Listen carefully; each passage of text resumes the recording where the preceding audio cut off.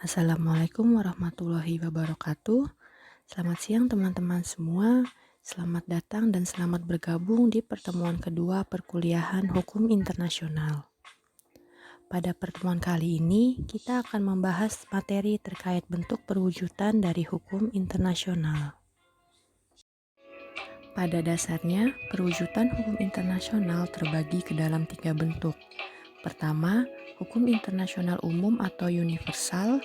Kedua, hukum internasional regional, dan yang ketiga, hukum internasional khusus.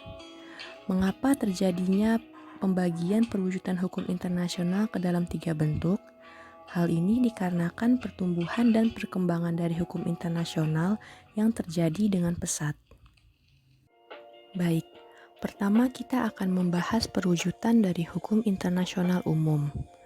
Hukum internasional umum dapat diartikan sebagai ketentuan hukum internasional yang berlaku secara umum atau universal terhadap subjek-subjek hukum internasional pada umumnya dan negara pada khususnya.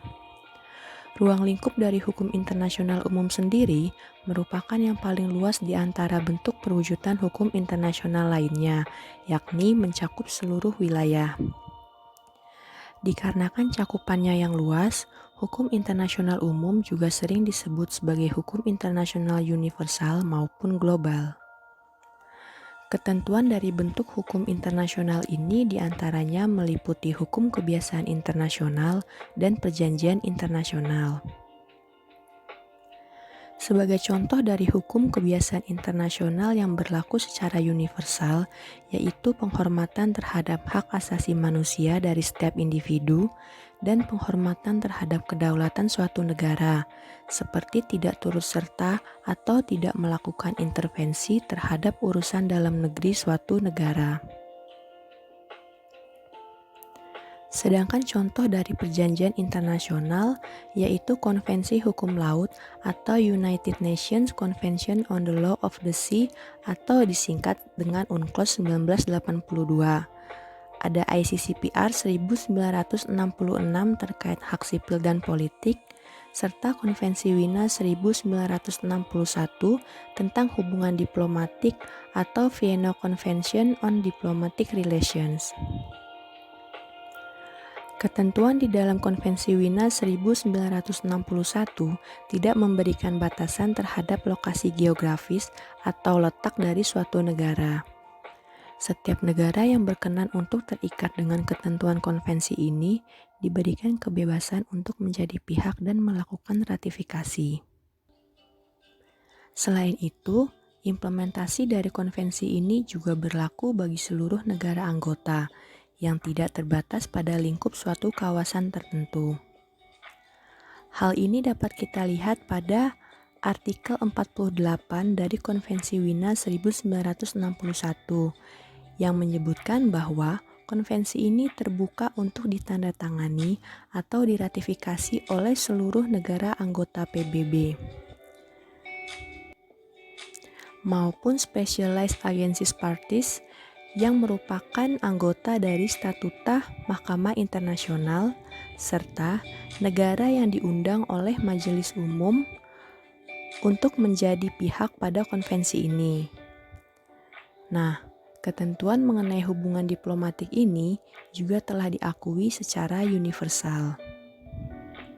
Selanjutnya yaitu hukum internasional regional. Hukum internasional regional merupakan ketentuan hukum internasional yang berlaku pada suatu wilayah tertentu.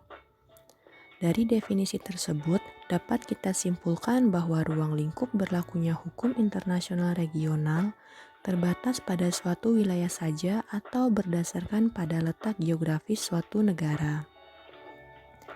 Sebagai contoh dari bentuk hukum internasional regional yaitu ASEAN Trade in Goods Agreement tahun 2009 dan European Union Law.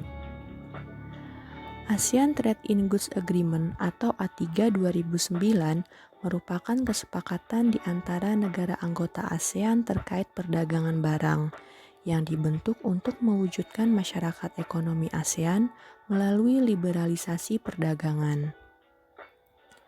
Lain halnya dengan A3 European Union Law atau hukum Uni Eropa terbatas bagi negara anggota Uni Eropa. Aturan dari hukum Uni Eropa ini terbagi mencakup perjanjian internasional atau treaty yang merupakan aturan primer dan regulasi maupun keputusan yang menjadi aturan sekunder.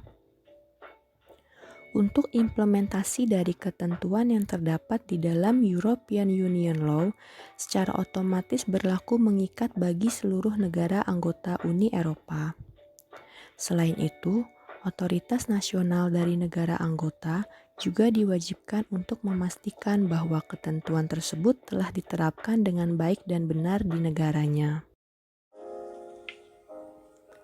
Lalu, apakah wujud regional ini bertentangan dengan hukum internasional yang berlaku secara umum? Jawabannya adalah tidak.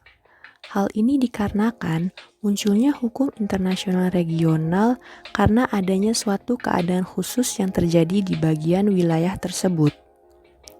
Bahkan, terdapat beberapa ketentuan yang semula merupakan regional, kemudian diterima secara umum atau universal. Sebagai contoh yaitu terkait konsep landas kontinen yang semula berkembang di benua Amerika, kemudian diakui secara universal dan tertuang di dalam Konvensi Hukum Laut tahun 1982. Yang terakhir yaitu hukum internasional khusus yang dapat diartikan sebagai ketentuan hukum internasional yang timbul karena adanya suatu kepentingan tertentu yang mengatur masalah spesifik atau khusus. Untuk hukum internasional khusus sendiri, ruang lingkup berlakunya terbatas pada persoalan yang spesifik, bukan terbatas pada suatu wilayah. Sebagai contoh yaitu perjanjian internasional yang dilakukan oleh dua negara atau bisa juga kita sebut sebagai perjanjian bilateral. Salah satu contoh dari perjanjian bilateral yaitu perjanjian yang dilakukan oleh Indonesia dengan Malaysia terkait batas wilayah dari kedua negara.